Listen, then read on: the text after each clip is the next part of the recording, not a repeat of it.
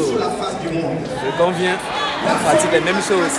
On pratique la même chose, les mêmes choses, mon gars. Exact. Alors, cessez de vous enfermer vous-même dès la naissance dans des complexes inexplicables. Les Indiens qui s'assoient dans leur costume traditionnel calculent la trajectoire de leur fusée avec la même formule mathématique. Alors cessez de dire, ils sont forts. Hein. Et des proverbes absolument absurdes sont nés. Si tu ne crains pas l'homme blanc, tu ne crains pas Dieu.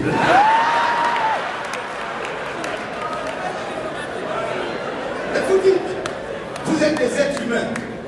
Et vous demandez la dignité. Vous l'attendez de qui? C'est vous qui imposez votre dignité. Exact, bro. Exact, bro.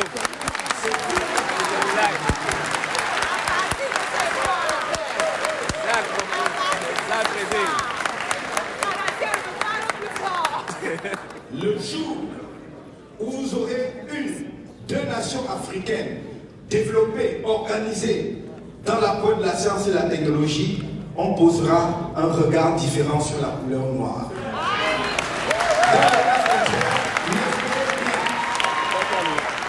Dans le cas contraire, n'espérez rien. Quand j'étais adolescent, on regardait les Japonais avec condescendance et on disait produit japonais, c'est de la pacotille. Et dans les années 90, 80-90, produit chinois, c'est la pacotille.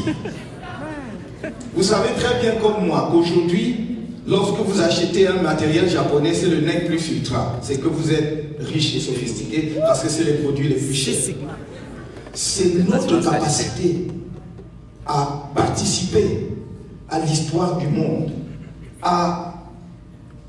au développement économique, au développement scientifique, au développement technologique. C'est cette capacité qui va faire de nous des hommes, des êtres humains, au même titre que les autres, recevant la dignité des autres. Vous pouvez travailler ici à titre individuel. Vous êtes très talentueux, vous êtes des savants. Vous faites tourner les administrations, les entreprises, les centres de recherche des pays développés. Mais chacun de vous est pris individuellement dans ses talents. D'ailleurs, j'ai entendu à l'époque, lorsque moi-même j'étais de la diaspora, parce que il fut une époque de ma vie où j'étais de la diaspora, dire, ah oui, mais vous n'êtes pas comme les autres Africains. Non, je suis comme les autres Africains.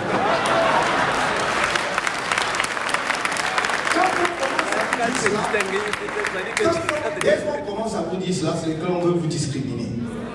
Et donc, on vous présente à vos propres yeux comme différents. J'allais dire de vos propres frères et sœurs. C'est à vous de dire non, non, non. Je ne suis pas différent d'eux.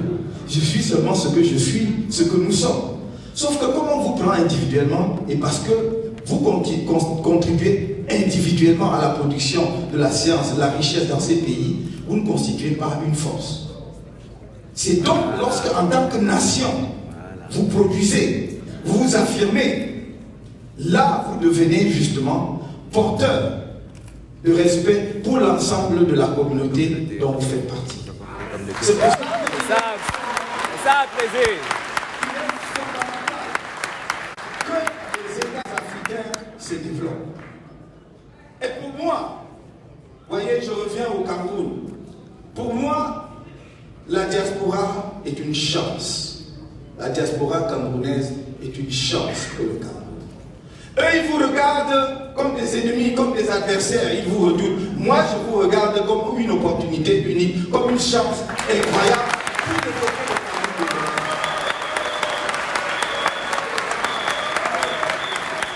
Oh là là. Et c'est pour cela que, voyez-vous, je ne le dis pas aujourd'hui, nous l'avons dit, je l'ai écrit dans le projet de société du MRC, nous l'avons écrit dès 2012. C'est le 5e pilier. Les 5 piliers du MRC, le pacte stratégique avec la diaspora est un pilier fondamental.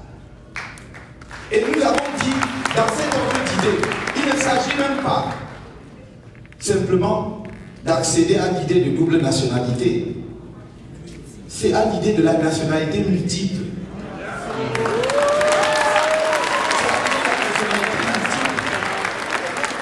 Prenez les nationalités qui vous permettent de mieux insérer là où vous êtes. Mais n'oubliez jamais, comme on l'a dit tout à l'heure, que là où vous êtes... Merci.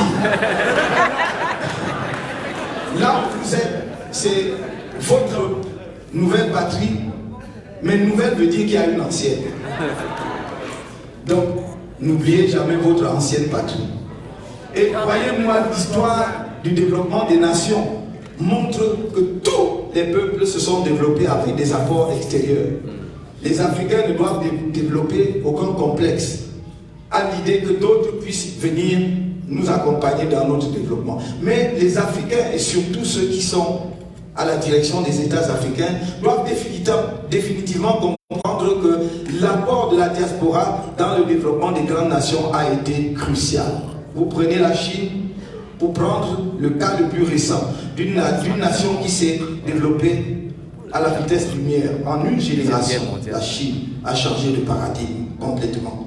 C'est après la mort de Mao, la neutralisation de la bande des quatre en 1976 et l'avènement de Deng Xiaoping que le développement de la Chine a commencé.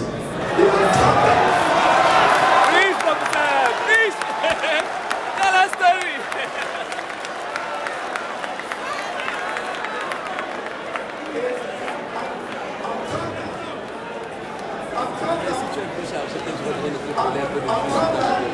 en 30 ans, ils ont fait toute la différence. Ils ont fait la différence parce que les Chinois de la diaspora ont contribué énormément, financièrement, mais sur le plan technologique. Vous savez qu'ils sont fortement implantés dans les pays occidentaux, les États-Unis, mais également le Canada et l'Europe. Ils ont apporté le savoir-faire. Souvent, le point tampon était les zones de développement économique spécial. En face de Macao, en face de Hong Kong, il y en avait 6. Donc, la technologie venant des pays développés était expérimentée et transformée effectivement en capacité de développement industriel dans ces zones. Avec les financements nécessaires. Donc, la diaspora camerounaise, la diaspora africaine doit se mettre dans la même dynamique, dans la même logique. Vous avez accumulé de l'expérience ici. Ça ne doit pas finir ici.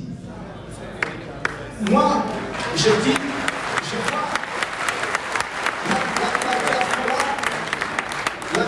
vois la diaspora, c'est comme des Prométhées. Ce sont des gens qui vont voler le feu pour ramener à la maison, pour éclairer la caverne. Parce que dans la caverne, on est dans le noir. Et lorsque vous arrivez dans la caverne, tout le monde peut voir la lumière et avancer. C'est ça le rôle de la diaspora. Chacun de vous doit être conscient de cela. N'attendez pas qu'il y ait une académie où on vous forme à cela. Vous devez avoir la conscience que si vous avez un jour pris votre baluchon et parcouru des milliers de kilomètres pour aller ailleurs, ce n'est pas pour tomber et mourir là-bas, c'est pour aller chercher et ramener à la maison.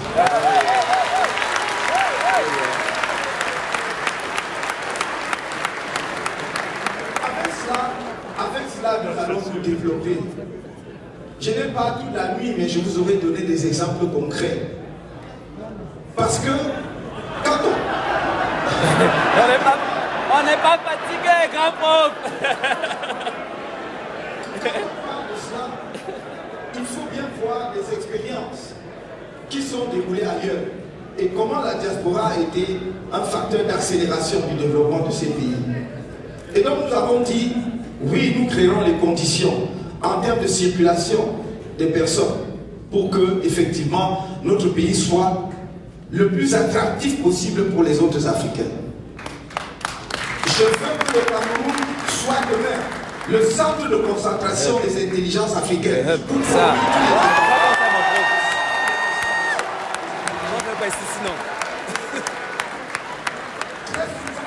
Très souvent, nous laissons à côté de nous pour aller chercher loin. Avant d'aller chercher des savants, des experts d'autres continents, commençons par ceux qui existent en Afrique ou qui sont descendants en Afrique et qui vivent à l'étranger. Et nous attendons. Donc c'est ce que nous devons faire.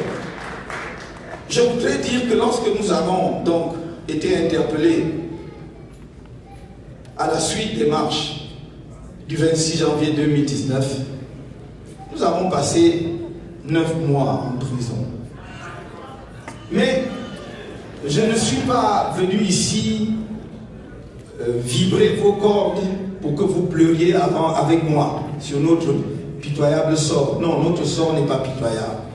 Ce sur quoi je voudrais que nous nous penchions ensemble, parce que nous ne pouvons pas laisser cela continuer, c'est que le Cameroun est devenu un pays d'une brutalité absolument inacceptable, où la torture et la violence sont devenues des banalités ordinaires, et nous n'avons pas le droit d'infliger de telles souffrances à nos propres populations. Je ne pense pas à moi, je pense à ces dizaines de Camerounais qui ont été torturés, dont certains ont été touchés au plus profond d'eux-mêmes, qui vont porter des séquelles à vie au moment où je vous parle. Nous avons soutenu certains d'entre eux qui ont subi des opérations, des interventions chirurgicales. Certains, leur diagnostic de fertilité des hommes, leur diagnostic est compromis. Ils n'auront plus d'enfants. Parce qu'un jour, ils ont marché sur la base du discours de ceux-là qui les dirigent. Parce qu'ils croyaient que quand on disait changement par les urnes, l'alternance démocratique, cela voulait dire quelque chose. Ils n'ont posé aucun acte de violence. C'est ce qui rend ces crimes absolument insoutenables et impardonnables. Nous devons y mettre un terme le plus rapidement possible. Ne croyez pas, mes chers amis, ne croyez pas que ça ne concerne que l'autre. Ça commence par l'autre et ça vous atteint. Et inéluctablement, ça vous atteindra. Alors, il faut que partout où nous sommes, nous nous organisions pour mettre un terme à cela. Tenez, quand je dis que ça commence, ça n'épargne personne. Vous avez dû voir avec quelle brutalité extraordinaire on a dispersé les enseignants. En robe, pour accompagner la dépouille de leurs collègues tués barbairement par un élève. Avait-on besoin de cette brutalité? Est-ce qu'il posait un acte répréhensible de dire on veut accompagner le corps de notre collègue? N'est-ce pas le geste, le plus beau geste qu'on doit attendre de chaque corporation? Cet acte de solidarité? Et pourtant, vous avez vu comment on les a réprimés. Et parmi ceux qui ont été réprimés, il y a, hélas, des gens qui, après notre arrestation en janvier, se réjouissaient de ce que cela arrive. Et il fallait que l'on nous inflige la plus sévère des peines. Mais je ne lui aurais pas souhaité, je n'aurais pas voulu qu'il fasse l'expérience de ce que nous voulions éviter de cette manière-là. J'aurais voulu qu'il comprenne cela rapidement. Peu importe. Ce que nous devons savoir, c'est que la violence de la dictature n'épargne personne. Et l'histoire est là pour le montrer. Allez partout, en Europe, en Amérique latine, qui n'est pas peut-être très loin d'ici, en Europe, avec la dictature de Franco, en Espagne, partout ailleurs, ça n'épargne jamais personne. Même ceux qui passent par le processus révolutionnaire. Vous verrez que les premières photos, sur les premières photos, ils sont à 10, tous souriants. Et 2 ans après, il ne reste plus que 6. Et progressivement, après, il n'en reste que 3 ou 4. Et à la fin, il ne reste qu'une personne. C'est ça, la dictature. Elle ne tolère aucun écart. Mais ce n'est pas la dictature du développement. Ce n'est même pas la dictature éclairée. C'est la dictature pour le dictateur. Pour lui et pour lui seul. Et c'est ce qui est en train d'arriver à notre pays, ou plus exactement, ce qui est arrivé à notre pays depuis quelques années maintenant. Nous devons y mettre un terme. Le Cameroun n'est pas au niveau où il doit être. Le Cameroun, sur le plan social comme sur le plan du développement économique, est loin derrière la plupart des pays africains aujourd'hui. Il y a une trentaine d'années, nous étions dans la tranche des pays à revenus intermédiaires. En 1985-86, le revenu par habitant, c'est-à-dire le produit intérieur brut par habitant du Cameroun était d'environ 1800 dollars des États-Unis en 1985 ou 86. J'aurais posé la question, que ce serait une colle. J'aurais demandé, est-ce que vous savez à combien s'élève le produit intérieur brut habitant du Cameroun aujourd'hui? 1500 dollars. Donc on est allé de 1800 dollars en 1985-86 à 1500 dollars en 2020. C'est-à-dire qu'il y a une dégradation. Même si nous avions maintenu les 1800 dollars de 1986, ce serait déjà inacceptable d'avoir le même montant en 2020, puisque cela serait le signe d'une régression, d'une perte de pouvoir d'achat avec l'inflation et tous les frustrations. Mais non content de ne pas maintenir ce PIB par habitant, il a chuté, il a dégringolé, décrochage de 300 dollars. Cela veut dire que la pauvreté augmente et augmente très vite au Cameroun. Là, je donne des statistiques. Ce ne sont pas mes impressions personnelles. On peut les trouver dans les documents de la Banque mondiale, du FMI et de toutes les institutions internationales. Nous sommes dans un pays qui a un déficit chronique de la balance commerciale depuis au moins 30 ans, de moins 1200 milliards.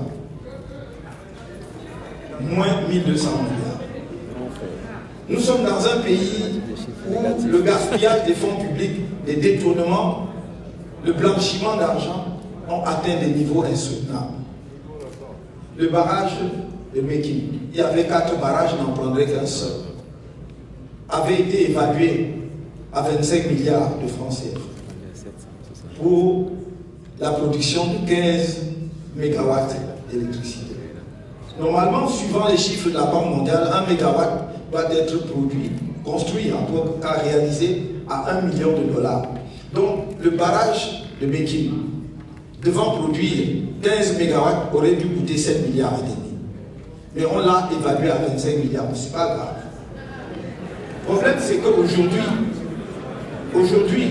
la réalisation du barrage frôle les 100 milliards de dollars, de francs CFA.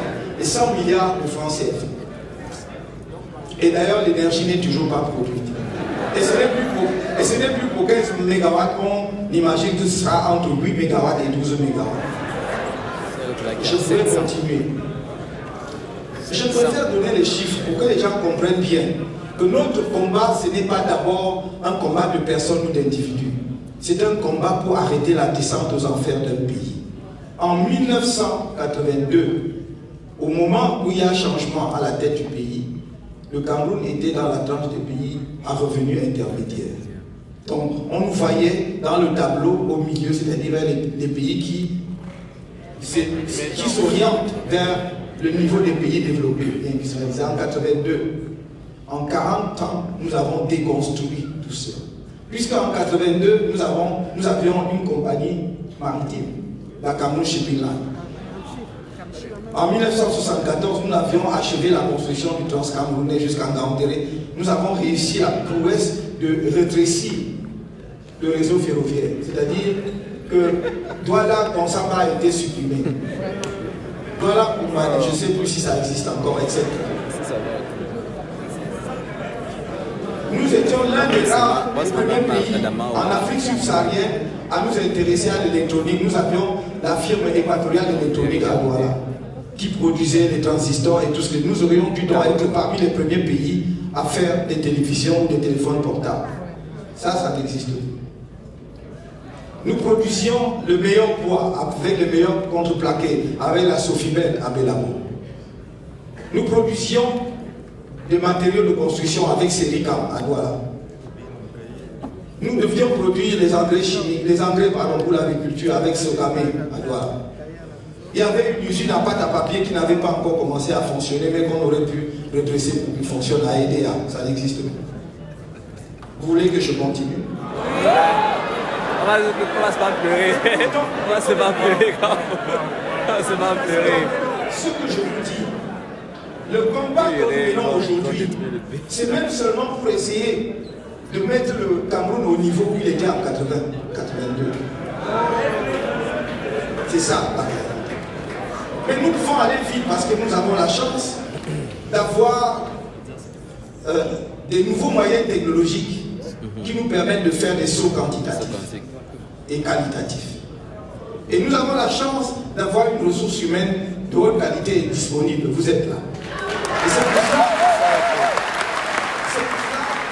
que nous avons la conviction, nous avons la profonde conviction, quel que soit l'état des finances publiques que nous trouverons en place, même s'ils ont vidé toutes les caisses, nous nous donnons 10 ans pour remettre le Cameroun complètement sur le plan.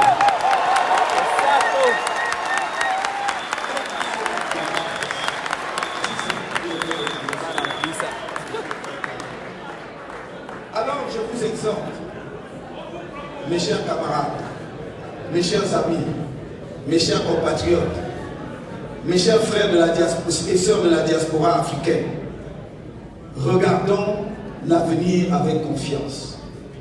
Mais nous ne pouvons le faire qu'à une condition, à tourner radicalement le dos à tout ce qui nous divise. Radicalement le dos à tout ce qui nous divise.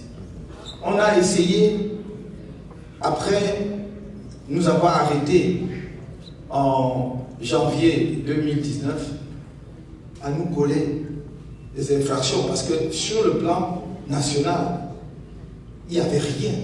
Parce que tout le monde, vous voyez, le monde technologique dans lequel nous vivons est fabuleux. Les gens avaient couvert les marches. Donc, on avait filmé les marches.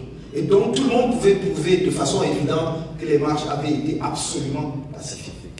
Alors qu'est-ce qu'on a trouvé? On a inventé une histoire de casse dans les ambassades. Un médecin ici. Il était à côté de celle-là. Il y a quelqu'un qui est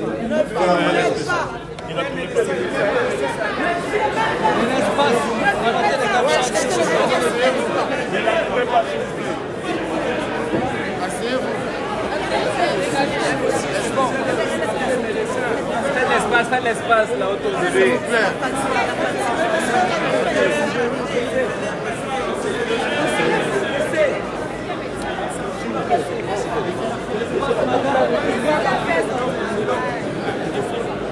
Si on peut appeler l'ambulance.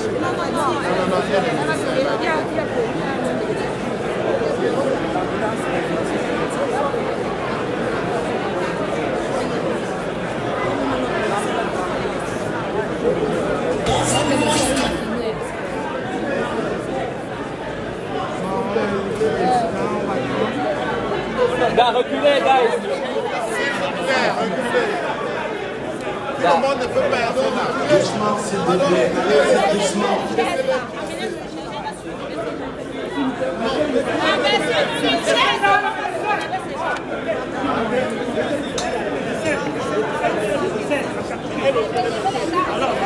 S'il vous plaît, quittez dégagez-vous. Maître.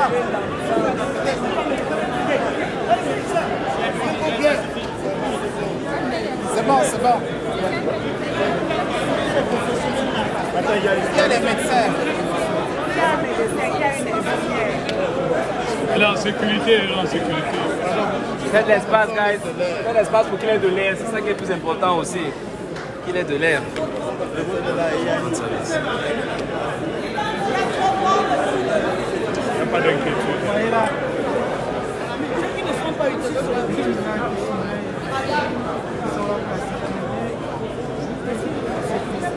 S'il vous plaît, vous pouvez laisser 2-3 personnes. Ok, vous les touchez. Ouais, reculez tout non.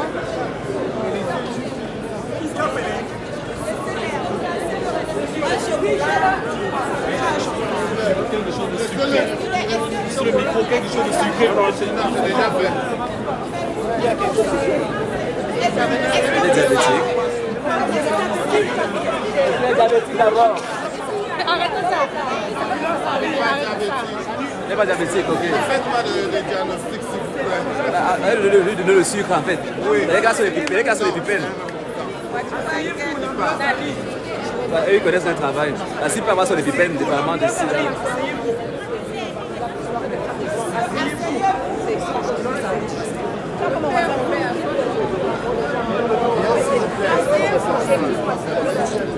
Quel espace autour de lui, les gars, pour qu'il respire.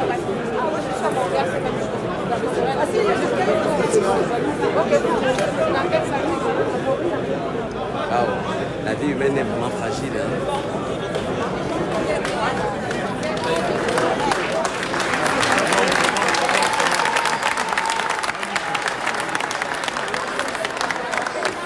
S'il vous plaît, regagnez donc vos places.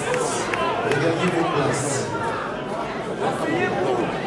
Maurice, Regagnez vos places, s'il vous plaît. Maurice, c'est bon, il y a quelqu'un de la sécurité, tu parlais Il qui n'y a est pas là. de problème, les services ont été contactés. Ouais, parce que vous êtes têtu. Asseyez-vous. Allez-y, asseyez-vous, regagnez vos places, s'il vous plaît. Asseyez-vous, asseyez-vous, s'il vous plaît.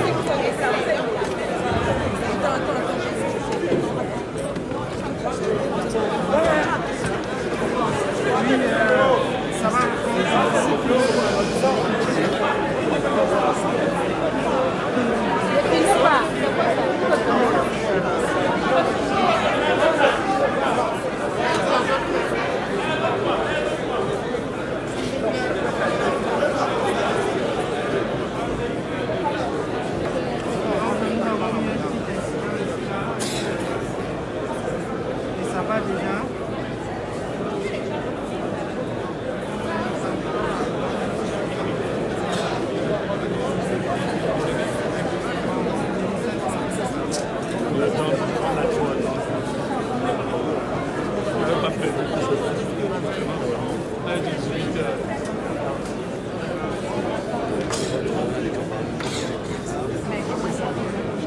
Ok, regagnez donc vos places, s'il vous plaît. Puis, je vais prier dans un esprit vraiment de camaraderie. Je vais vous prier, ceux qui ont filmé ces images-là, de bien vouloir les effacer. J'espère. Par précaution, si quelqu'un l'a fait, veuillez les effacer, s'il vous plaît.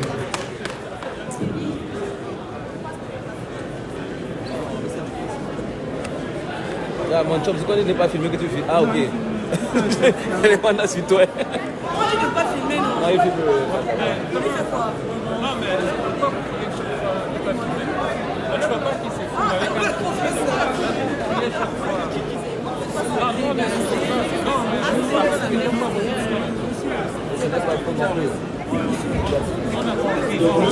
Nous allons continuer. Donc, plus de peur que de mal, ça va. Nous pouvons continuer. Nous pouvons continuer ce meeting. Je voudrais juste dire ceci. Nous sommes rendus à une étape de l'histoire de notre pays, comme je l'ai dit tout à l'heure, où on doit dépasser même les chapelles politiques pour, dans un sursaut national, nous mettre ensemble pour régler les problèmes de fond de notre pays.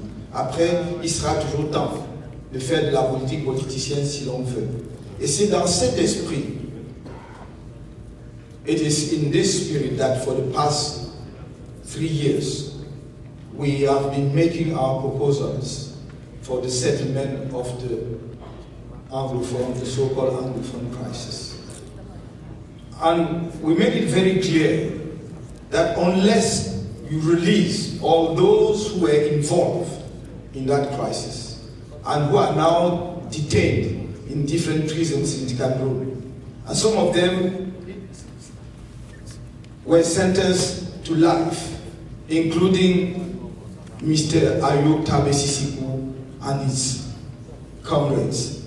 Unless you release all of them, give them a chance to go back to see their families, to talk among themselves, maybe to have one single position they will defend during the inclusive dialogue. You will have no chance to resolve the situation or the crisis. First step, release all the political prisoners. Second step, negotiate the ceasefire with the armed groups. not in order to ask Cameroonian army to drop their arms or to lay down their arms, but to make sure that you have a secure environment conducive for the dropping of their arms by the armed groups. If they are not sure that they will lay their arms and they will not be killed, then they will not do so. So make sure that you negotiate a ceasefire with them and withdraw the military, leave the gendarmes and police, assure the security in the region. Third step, put in place an emergency plan to rebuild homes and villages that has been burned down to ashes. If you don't do so, don't expect people to go back. Because when you ask them to go back, where will they go back? That's why we think it is an absolutely necessity. And fourth step, convey an inclusive dialogue. That means all the stakeholders should be part of that dialogue, including those who are advocating for secession, including those who are in the diaspora. Because although we are against any secession in Cameroon, we do think that all Cameroonians should be entitled to take the floor and express themselves and make their own views on the current issue known. If you don't give them an opportunity to do so, and you choose your own people to organize your own dialogue, as we saw last time, they convened the so-called major dialogue, let's say grand dialogue in Cameroon, will not succeed. And that's why inclusive dialogue, in our understanding, means involve all the stakeholders to a genuine dialogue to settle the matter. I repeat, including people from the diaspora.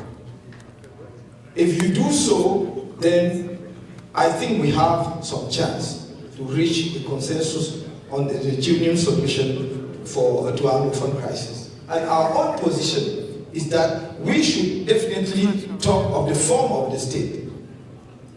You cannot go to dialogue and exclude any other form of the state apart from decentralization. And that's why we are now advocating clearly for federalism as the solution to the Anglophone crisis in Cameroon.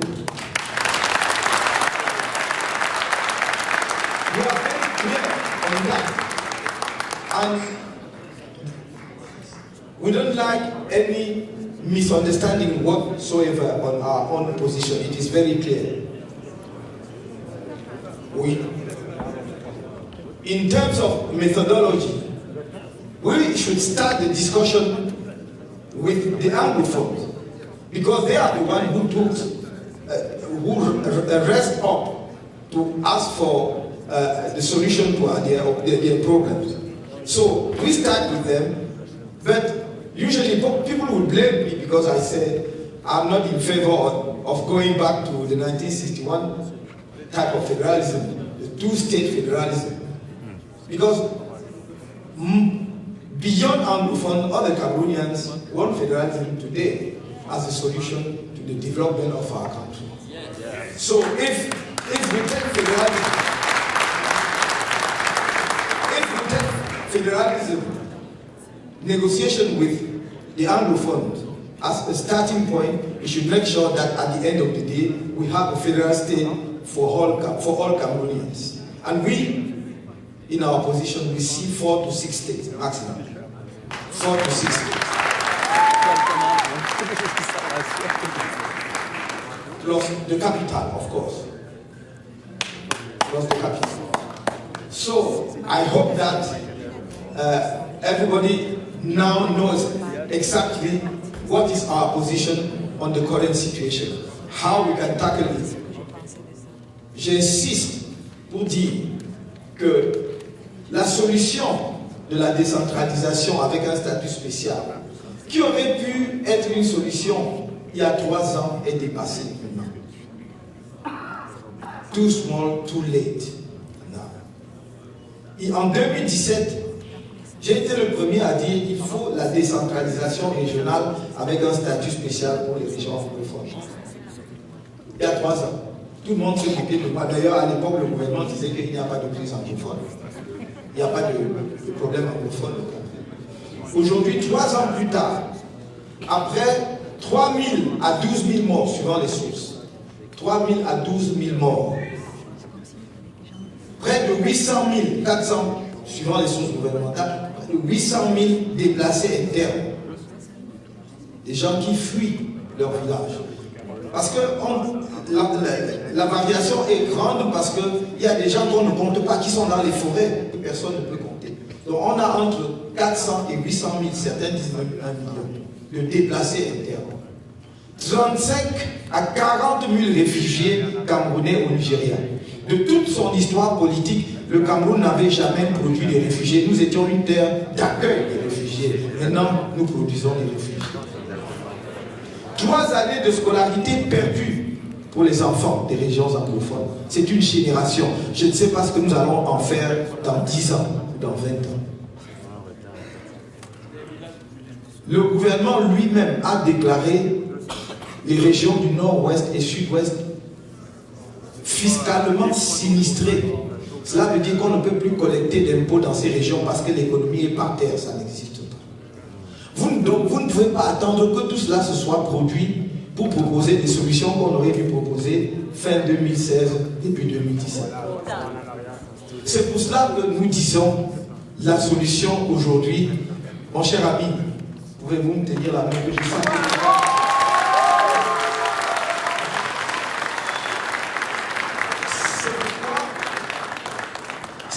C'est pourquoi nous disons aujourd'hui, la solution est clairement fédérale. Elle ne peut pas être autre chose. Et je voudrais dire à ceux de nos compatriotes, qui je peux les comprendre, dans la douleur qui est la leur, dans la frustration qui est la leur, on a tendance à nous reprocher tout et son contraire, parce que j'ai entendu dire, j'ai entendu des gens dire, ou en tout cas j'ai lu des gens écrire, oui mais qu'est-ce que vous allez attendre de Kanto puisqu'il est contre la sécession? Est-ce que personne, quelqu'un de sérieux, peut vraiment espérer que je dise que je suis en faveur de la sécession? Non. Je comprends que des gens luttent pour la sécession, mais qui comprennent que je dise que je ne peux pas être en faveur de la sécession. Je crois que ce serait renier tout ça en quoi je crois. Tout ce pourquoi je me suis battu pendant près de 20 ans de ma vie. J'ai passé 20 ans de ma vie dans un dossier qui visait à éviter la partition que le Cameroun perd.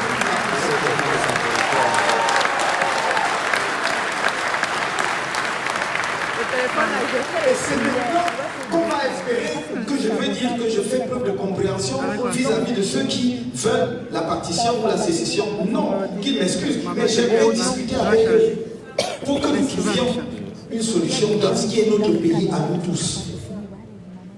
Ils ne doivent pas se percevoir comme des gens qui commandent leur place au Cameroun.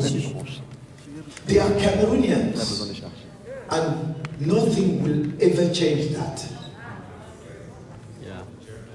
If, even by impossible, they shy away from Cameroon, I will still consider them as Cameroonians.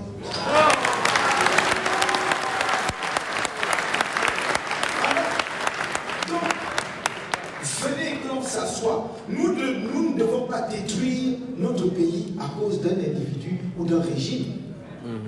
Je peux comprendre qu'il n'ait plus confiance en ce régime. Nous aussi, nous non plus, on n'a plus confiance en ce régime. Je peux comprendre qu'il soit en désaccord fondamental avec la manière dont la crise anglophone est réglée. Nous aussi, nous sommes en désaccord fondamental. Et c'est pour cela que nous n'avons cessé de nous dresser, de marcher, pour que l'on tire sur nous à cause de la crise anglophone. On ne peut donc pas faire comme si nous étions indifférents à cette crise. Je vous rappelle que c'est depuis 2012 que nous avons mis dans notre projet de société qu'il y a un problème anglophone et qu'il faut le résoudre par le dialogue. C'est depuis 2012. 2012. Allez lire. C'est sur notre site, en français et en anglais. Le 25 juin, j'étais en meeting à Bamenda. 25 juin 2016. J'étais en meeting à Bamenda. Et j'ai dit, il y a une crise anglophone. Il y a un problème anglophone dans notre pays. Nous devons le régler par le dialogue. Personne ne m'a écouté. 25 juin, juillet, août, septembre, octobre, 4 mois plus tard, la crise a commencé. Avec la revendication des avocats anglophones, puis suivi de la revendication des enseignants anglophones. Et dès que la crise s'est déclarée, j'ai dit, il faut régler cela par le dialogue. Le chef de l'État aurait dû s'y rendre pour parler aux populations. Il ne l'a pas fait. On aurait dû.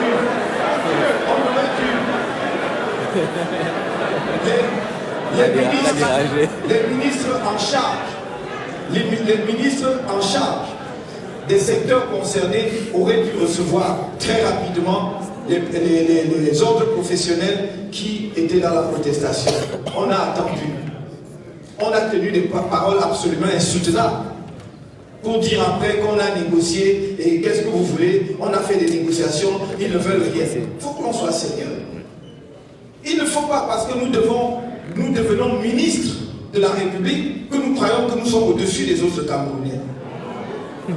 On a dit que l'État. Il ne faut pas que parce que nous avons la responsabilité d'une activité, nous devons traiter les Camerounais comme des mendiants lorsqu'ils posent leurs problèmes. Donc, on n'a pas suivi et la crise s'est aggravée. Le 10 décembre 2016, j'étais en meeting en Gaoundéré. Quand on a tiré sur les premiers Camerounais anglophones, j'ai reçu des images sur mon téléphone portable.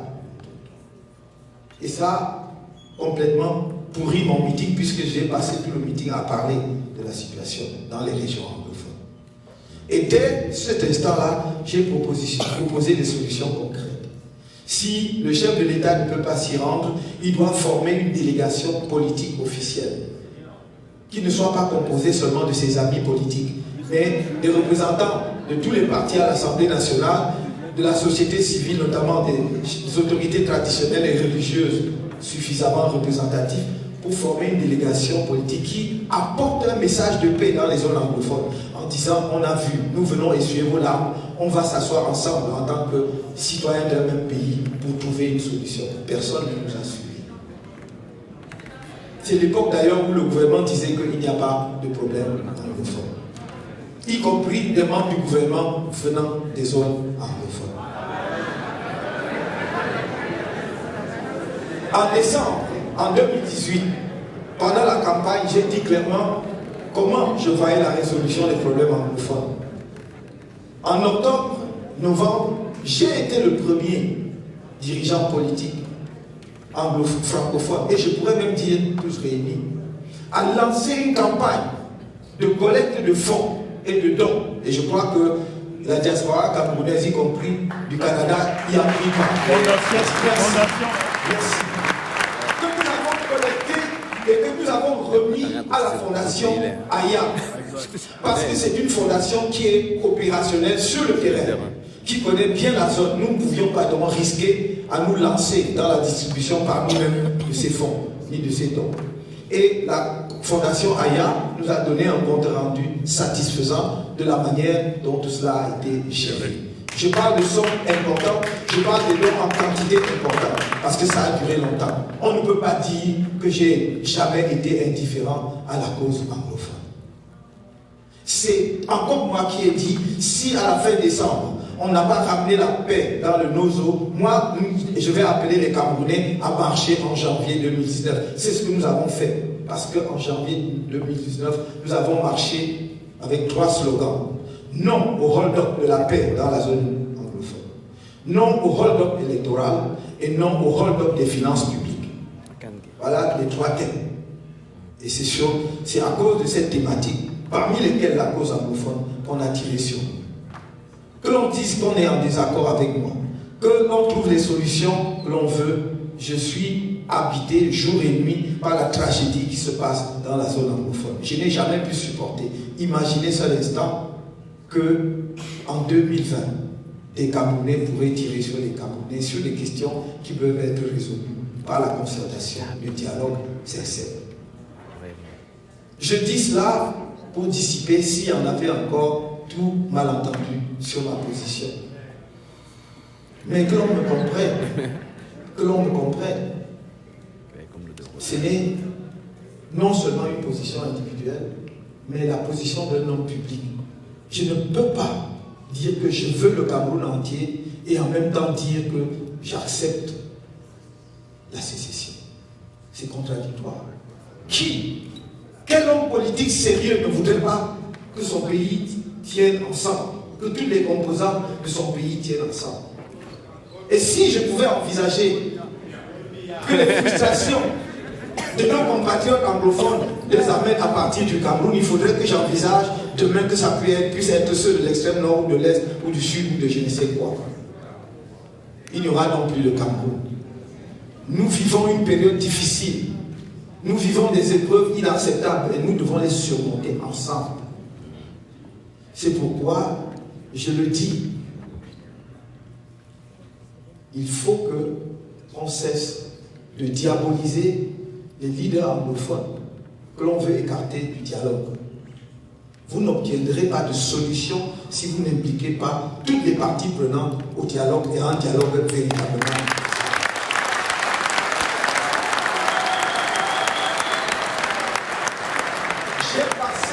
J'ai passé 9 mois de prison. Je ne vous dirai pas que j'ai mené une négociation politique avec M. Sissi. Qu'on évite, qu'on cesse, et je dis ça on behalf of all my former detainees, they know perfectly well that we didn't carry on any negotiation whatsoever with Mr. Sissi and his members. Please let this gentleman who is suffering in prisons in peace in that respect. Because some people will say he took the commitment to Mr. Kanto that as soon as he's arrived in power, it is the renunciation for the fight, for the cessation. I never had such a discussion with him. Mais nous l'avons côtoyé. On s'est salué comme des gens civilisés, si j'ose dire. Et croyez-moi, je suis convaincu, je ne connais pas tous les autres leaders disons, de la lutte de la cause anglophone, je ne les connais pas. Mais je crois que quels qu'ils soient, ils peuvent avoir le cœur lourd, c'est tout à fait compréhensible. Qui n'aurait pas le cœur déchiré à voir son village brûlé, sa grand-mère massacrée, ses oncles ou ses tantes tués? Qui n'aurait pas un cœur lourd? Qui ne serait pas tenté à un moment donné, d'une façon ou d'une autre, par la revanche? Ça, je comprends parfaitement.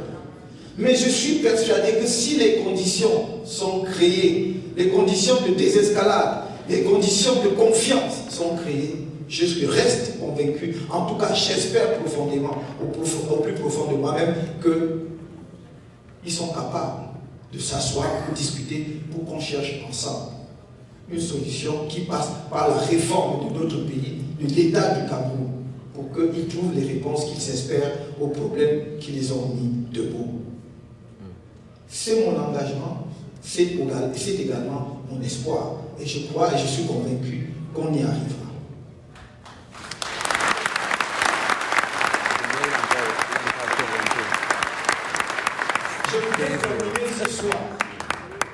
Je voudrais terminer ce soir.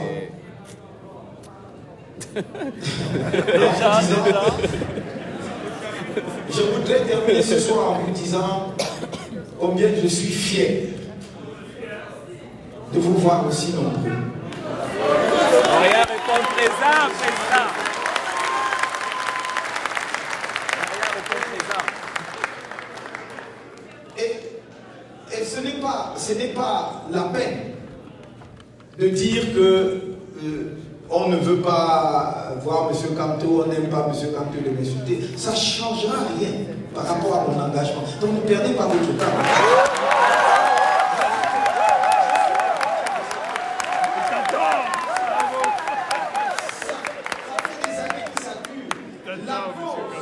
La cause que nous portons est supérieure à nous. Ça nous dépasse.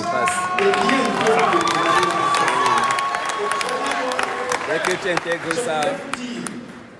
Je veux dire que notre lutte va chercher très loin dans l'humus de l'histoire du Cameroun. Depuis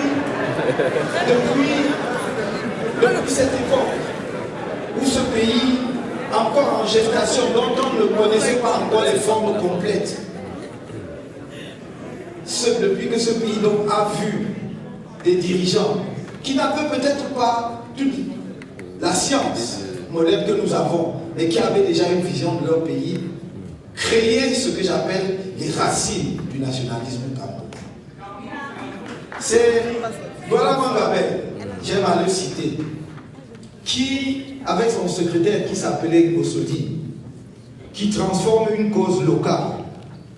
Le fait que les Allemands arrachaient les terres des populations côtières, il envoie son secrétaire Gossodi porter un message à Martin-Paul Samba pour dire viens à mon secours pour qu'on défende les terres de Douala. Dès lors, il a transformé une cause simple en une cause nationale. Voilà la naissance du nationalisme.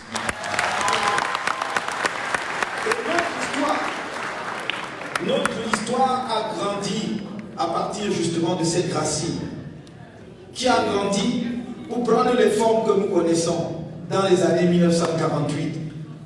Et comme je l'ai dit à Paris, Oumniobé n'est pas tombé du ciel. Il s'est nourri à cette racine. Ernest Ouandié, qu'on a fusillé sous mes yeux, de jeune enfant lycéen, le 15 janvier 1971 à Bafoussam, s'est nourri à cette mamelle-là. Et tous les autres, Moumier, que l'on tuera à Genève dans les conditions que vous connaissez. Afana,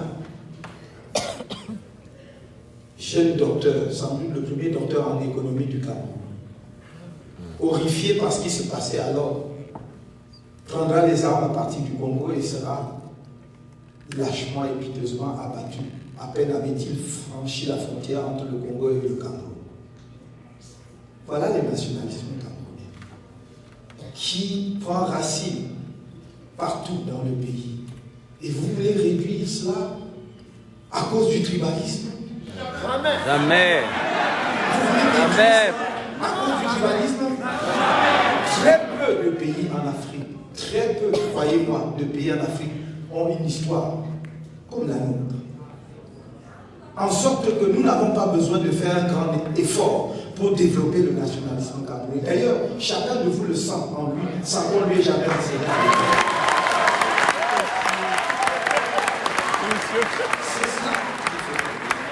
C'est cela que nous devons continuer à porter en nous.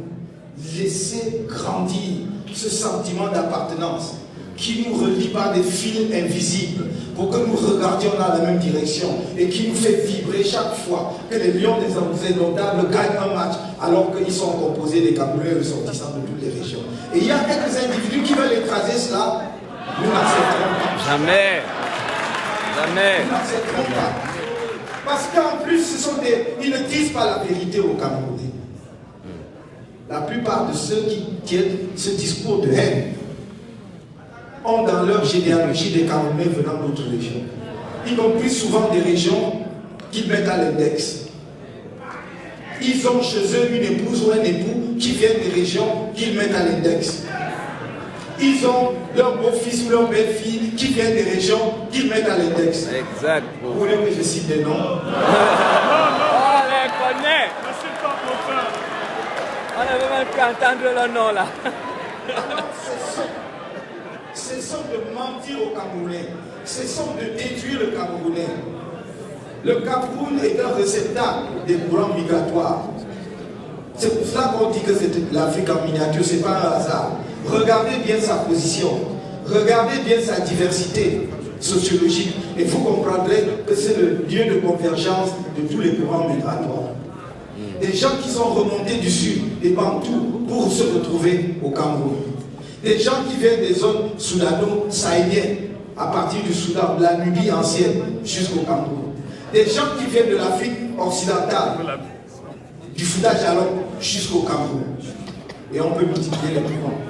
Et vous voulez détruire cela? Vous voulez détruire cette chance unique, ce lieu unique qui demain est appelé à être le phare de notre continent? Jamais. Nous devons porter fièrement et très haut le flambeau du continent.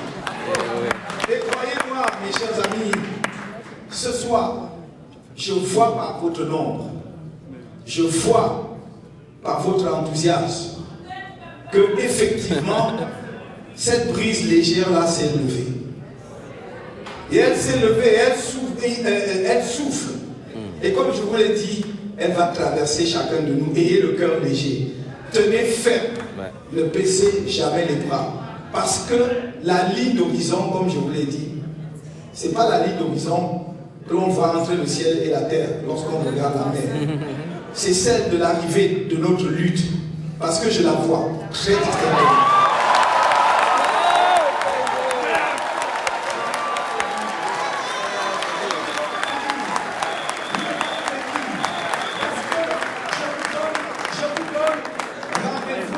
Je vous donne rendez-vous avant pas très longtemps pour qu'ensemble nous nous retrouvions, qu'on retrousse les mains.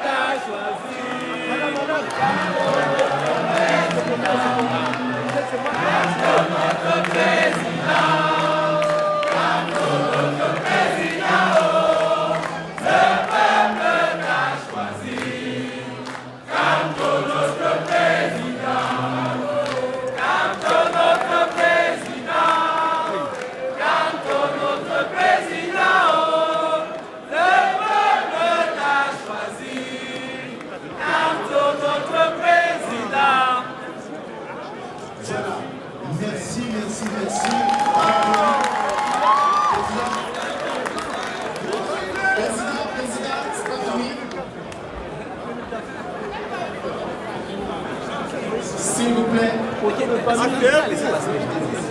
Restez assis, s'il vous plaît. Nous allons exécuter l'hymne national avant de partir. Restez à votre place, s'il vous plaît. Restez à votre place. Qu'est-ce qu'il fait là, monsieur?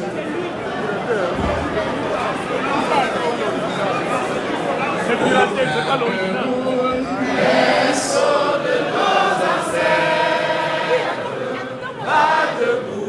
Jaloux de ta liberté, comme le soleil, ton drapeau fier doit être un symbole ardent de foi et d'unité, que tous les enfants du Nord au Sud, de l'Est à l'Ouest, soit tout amour, que servi que ce soit leur seul but.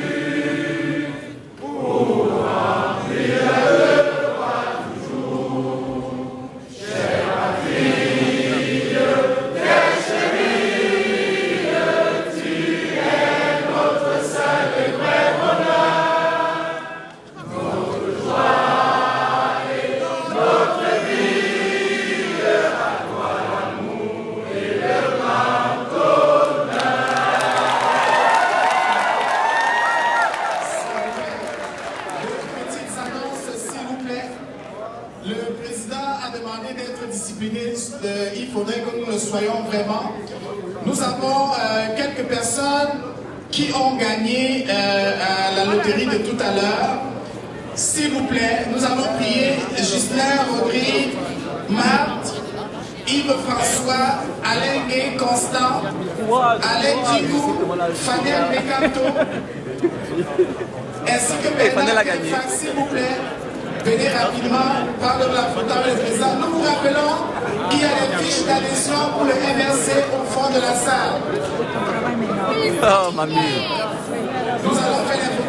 J'ai transmis tout le piège. C'est ça. Nous allons faire les photos. Je l'intimide pour vous. S'il vous plaît, pour les mesures de sécurité, ne bougez pas, laissez le président sortir. Je l'intimide pour vous. Je l'intimide pour vous. Elle va pas être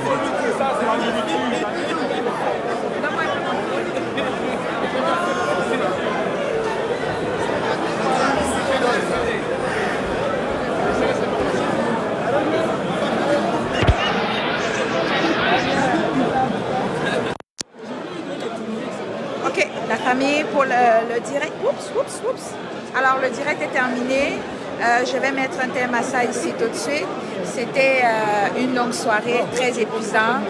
Donc on se retrouve pour un prochain direct et à la prochaine. Alors on était bondés de monde ici. Je retourne la caméra pour que vous puissiez voir. On était bondés de monde, tout le monde s'en va à la maison. Alors je vous souhaite à tous une excellente nuit et bien à bientôt. Bye bye.